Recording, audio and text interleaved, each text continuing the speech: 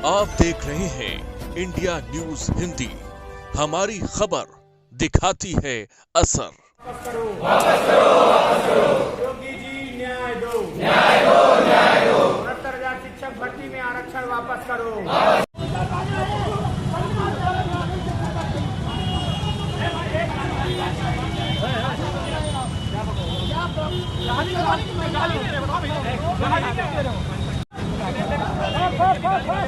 Sir हम लोग कुछ नहीं कर रहे, आराम से जा रहे हैं।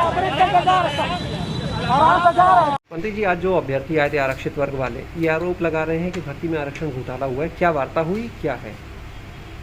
देखिए, सबसे पहले तो मैं कहना चाह रहा हूँ कि इन अभ्यर्थियों को उत्तर प्रदेश की योगी सरकार को और विशेष रूप से माननीय मुख्यमंत्री श्री योगी आदित्यनाथ जी को धन्यवाद देना चाहिए कि जिस समय पूरा विश्व और हमारा देश भी, हमारा प्रदेश भी कोविड-19 की महामारी से जूझ रहा था और 69,000 भर्ती का मामला माननीय न्यायालय में लंबित था, सरकार ने विशेष प्रयास करके मामले का निस्तारण करा के और सरकार का जो स्टैंड था, जो पॉलिसी थी, उस आधार पर माननीय न्यायालय ने जब मुहर लगाई तब हमने 69,000 भर्ती प्रक्रिया पूरी की, जिसके कारण जो योगी सरकार का मिशन रोजगार चल रहा है, जिसके अंतर्गत पिछले 4 साल में सरकार ने 4 लाख से अधिक नौजवानों को रोजगार दिया है, उसी के अंतर्गत बेसिक शिक्षा विभाग में अकेले 1,27,000 से ज़्यादा नौजवानों को रोजगार मिला और हमारे स्कूलों को शिक्षक मिले।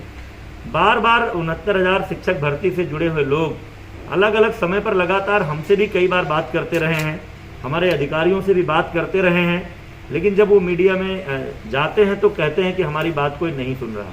आज हमारे आवास पर सुबह उन्होंने धरना दिया था, इसलिए मैंने उनको आमंत्रण दिया कि आप 12 बजे हमारे कार्यालय में आइए, आप जो कहना चाह रहे हैं हम आपकी बात सुनेंगे। यद्यपि इसके पहले एक बार और आप सब जानते हैं, बीबीआईपी गेस्ट हाउस में एक तरफ अपने अधिकारियों को बैठाकर, एक तरफ इनके प्रतिनिधि मंडल को, 7 सदस्यीय प्रतिनिधि मंडल को बैठाकर हमने बात की थी, इनके जो प्रश्न थे उसके उत्तर दिए थे, लेकिन आज फिर ये लोग मिलना चाहते थे तो हमने आमंत्रित किया था, उनसे बात हुई है।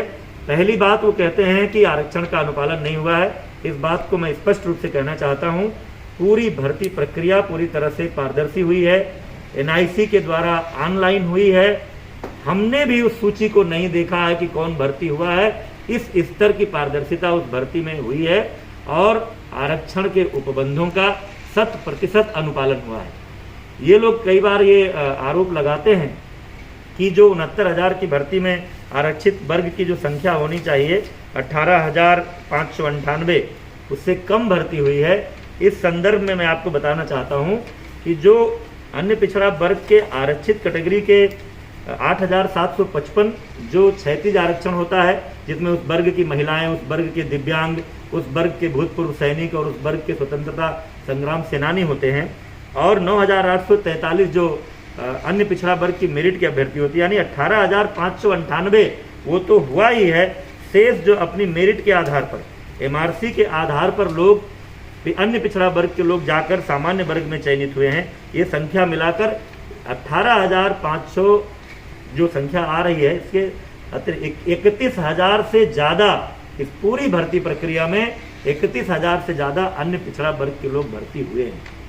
इसलिए इस तरह का आरोप लगाना कि जितना होना चाहिए था उससे कम है, ये बिल्कुल निराधार है। अब मनगढ़ंत जानकारियों के आधार पर ये चीज़ें करते हैं। तीसरी बात, इन लोगों ने ये कहा था, सामान्य वर्ग का जो निकल कर आता है, जो हमारा सामान्य वर्ग की सीट हो रही थी 34,589, इसमें जो मूल सामान्य वर्ग के अभ्यर्थी हैं वो केवल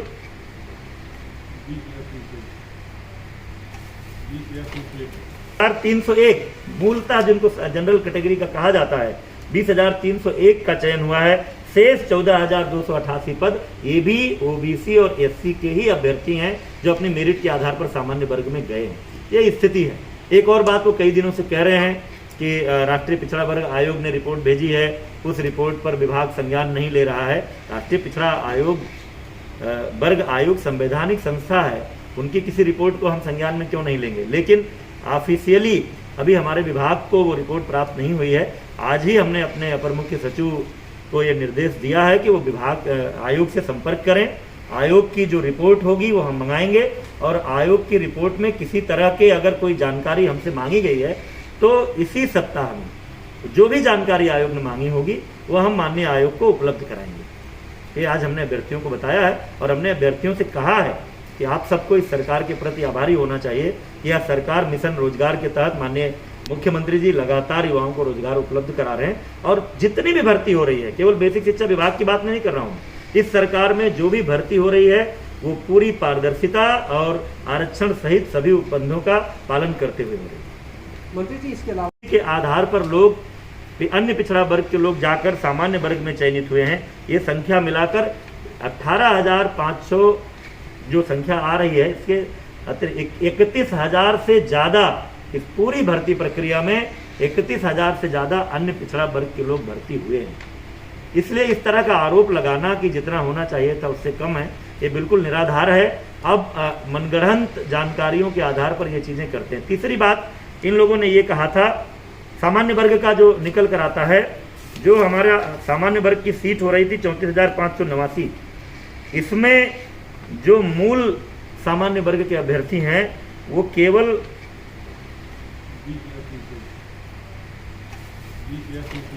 301 मूलतः जिनको जनरल कैटेगरी का कहा जाता है 20,301 का चयन हुआ है। शेष 14,288 पद ये भी ओबीसी और एससी के ही अभ्यर्थी हैं जो अपनी मेरिट के आधार पर सामान्य वर्ग में गए हैं। ये स्थिति है। एक और बात वो कई दिनों से कह रहे हैं कि राष्ट्रीय पिछड़ा वर्ग आयोग ने रिपोर्ट भेजी है, उस रिपोर्ट पर विभाग संज्ञान नहीं ले रहा है।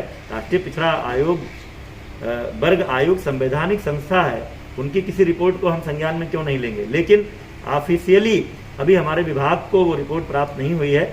आज ही हमने अपने अपर मुख्य सचिव को ये निर्देश दिया है कि वो विभाग आयोग से संपर्क करें।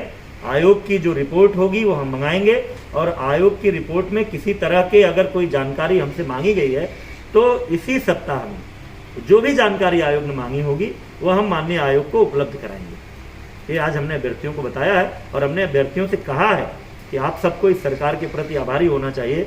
यह सरकार मिशन रोजगार के तहत माननीय मुख्यमंत्री जी लगातार युवाओं को रोजगार उपलब्ध करा रहे हैं और जितनी भी भर्ती हो रही है, केवल बेसिक शिक्षा विभाग की बात नहीं कर रहा हूँ, इस सरकार में जो भी भर्ती हो रही है वो पूरी पारदर्शिता और आरक्षण सहित सभी उपबंधों का पालन करते हुए हो रही है। मंत्री जी इसके अलावा